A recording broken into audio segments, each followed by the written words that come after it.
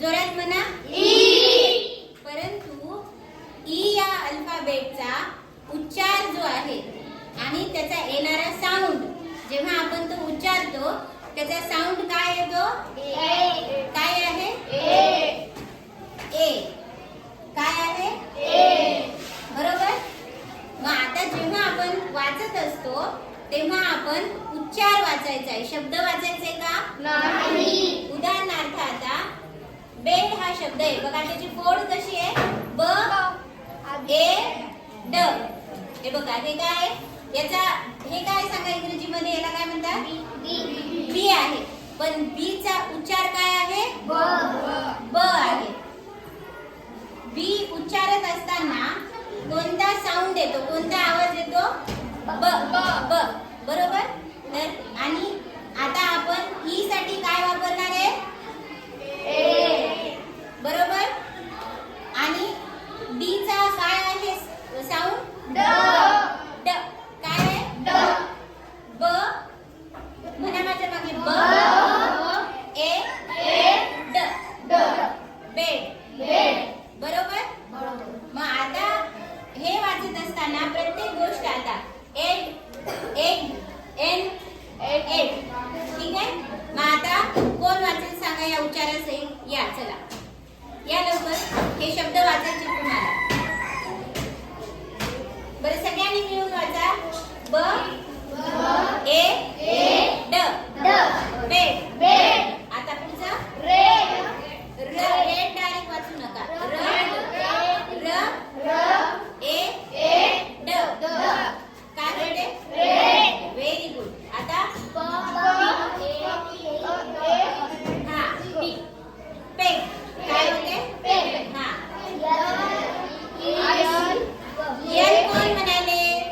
L हे alphabet आहे, त्याचा उच्चार काय? सगळ्यांनी मिळून सांगा काय? हा. आणि हे काय आहे? ए. आणि हे काय? जी. जी कोण म्हटलं? ग. काय? ग. मग आता ल ए ग. काय होते? Very good.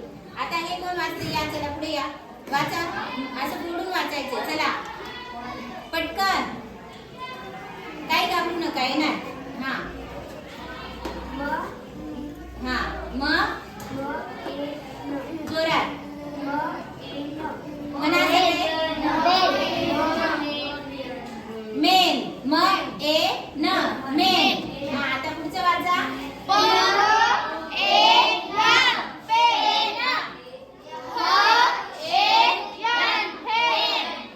एन कोण म्हणताय?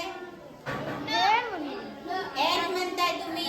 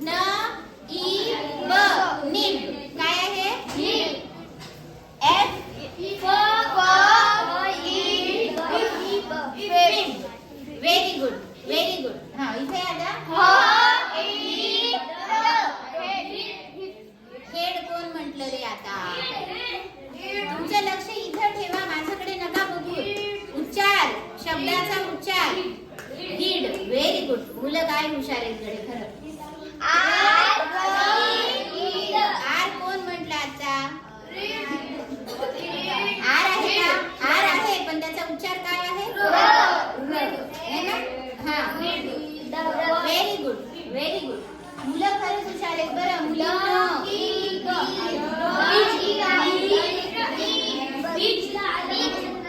माझ्या मागे म्हणा आता.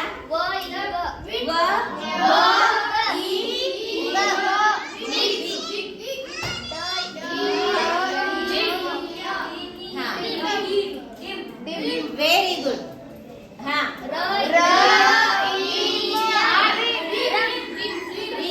Very good. हा बिन. हा काय होते व अधिक ई अधिक न बिन. हा त्यानंतर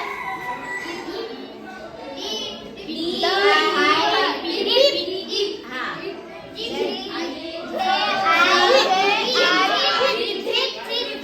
ZIP आहे का ZIP आहे झिप.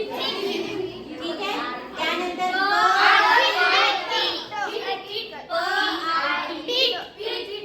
पीठ. हा त्यानंतर सगळ्यांनी एकत्र म्हणा.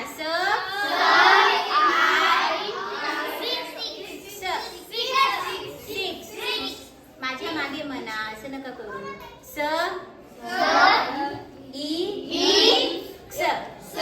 सिक्स. त्यानंतर